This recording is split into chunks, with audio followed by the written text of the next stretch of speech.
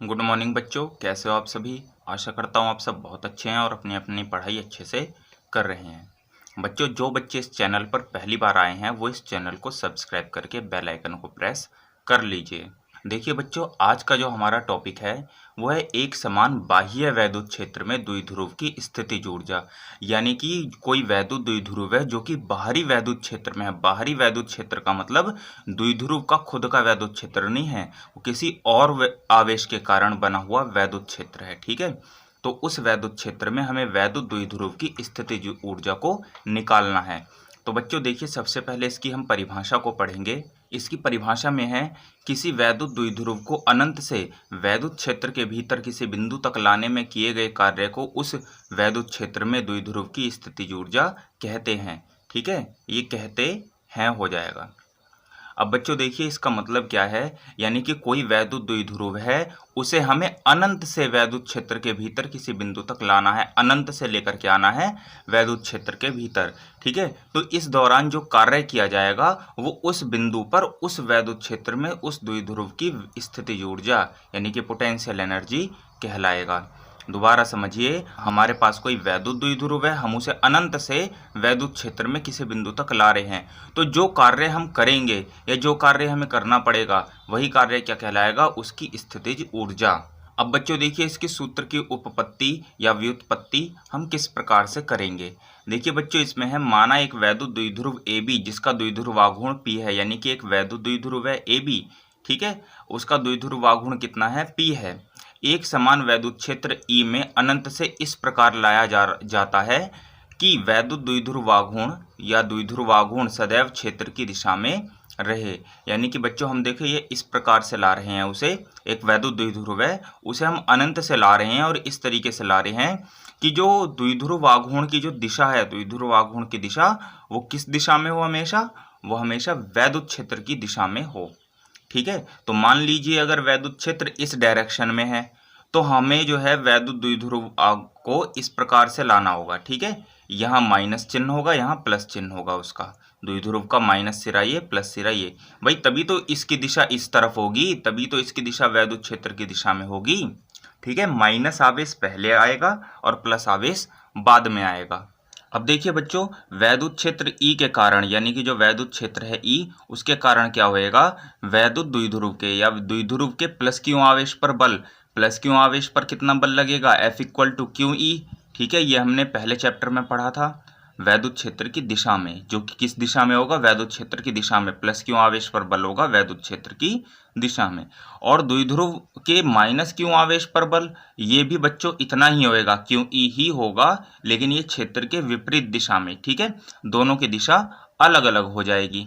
अब देखिए बच्चों, जब हम द्विध्रुव को वैद्युत क्षेत्र में लाएंगे, ध्यान से समझिएगा, द्विध्रुव को वैद्युत क्षेत्र में लाएंगे तो आवेश प्लस Q पर बाहरी कर्ता द्वारा कार्य किया जाएगा, यानी कि प्लस Q आवेश को लाने में कार्य किया जाएगा। ठीक है, जब वो कार्य किया जाएगा तो कार्य पॉजिटिव होगा, जबकि माइनस Q आवेश पर स्वयं क्षेत्र कार्य करेगा जो कि ऋणात्मक होगा। यानी कि जो माइनस Q आवेश है उस पर हम कार्य नहीं करेंगे, उस पर क्षेत्र कार्य करेगा। ठीक है, वो अपने आप खिंचा चला आएगा, तो हमें कार्य बच्चों वहां पर प्राप्त होगा। जब कार्य प्राप्त होगा तो वो ऋणात्मक होगा। बच्चों देखिए, चूंकि अनंत से माइनस Q आवेश को लाने में प्राप्त कार्य प्लस Q को लाने में किए जाने वाले कार्य से अधिक होगा।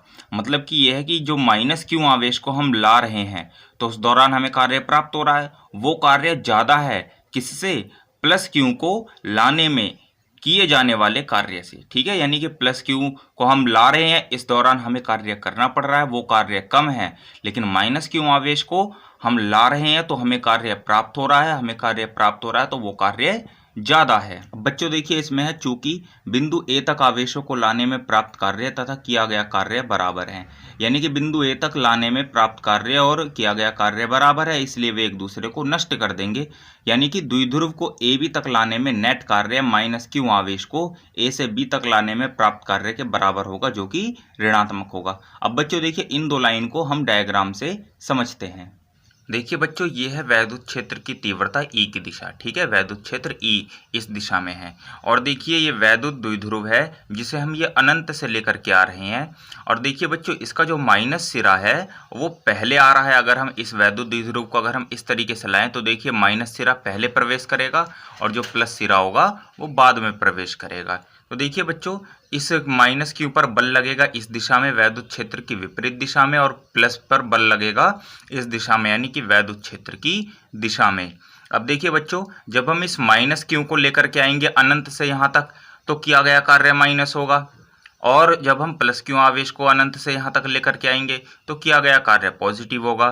तो यहाँ तक आने में दोनों के द्वारा किया गया कार्य बराबर और विपरीत है, तो ये तो माइनस हो जाएंगे।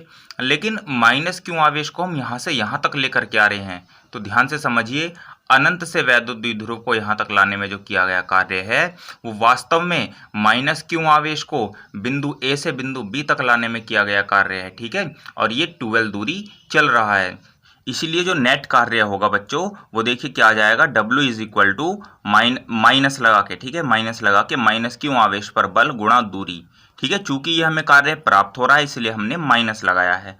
तो बच्चों देखिए माइनस क्यू आवेश पर बल कितना लगेगा, E इंटू में क्यू वैद्युत क्षेत्र गुणा आवेश इंटू में दूरी। दूरी कितनी चल रहे हैं तो बच्चों देखिए बिंदु आवेश माइनस क्यू जो यहाँ पे था पहले वो यहाँ पर आ गया, तब बाद में ये प्लस आवेश यहाँ पर आया। तो देखिए ये यहाँ से यहाँ तक यानी कि द्विध्रुव की टोटल लंबाई 12, ठीक है, द्विध्रुव की टोटल लंबाई 12 तक चलेगा।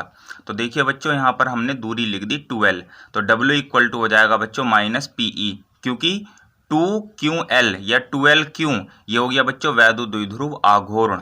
ठीक है, वैद्युत द्विध्रुव आघूर्ण चाहे तो हम साइड में इसे लिख करके दिखा सकते हैं, P equal to Q into में 12। ठीक है, अब देखिए बच्चों ये जो है यही कार्य क्या कहलाता है, यही कार्य वैद्युत क्षेत्र के समांतर स्थित वैद्युत द्विध्रुव की वैद्युत स्थितिज ऊर्जा U नोट है। यानी कि जब वैद्युत द्विध्रुव वैद्युत क्षेत्र के समांतर होगा, जब वैद्युत द्विध्रुव वैद्युत क्षेत्र के समांतर होगा तो उस कंडीशन में ये क्या है, उसकी वैद्युत स्थितिज ऊर्जा इलेक्ट्रोपोटेंशियल एनर्जी। अब बच्चों देखिए इसीलिए हम इसे U नोट लिख देंगे, U0 भी लिख सकते हैं, इसे इज इक्वल टू हो जाएगा माइनस PE। ठीक है, ये स्थायी संतुलन की स्थिति में वैद्युत द्विध्रुव की स्थितिज ऊर्जा है। स्थायी संतुलन का मतलब अब ये संतुलन में है, ना ये ऊपर जाएगा ना नीचे ना दाएं ना बाएं।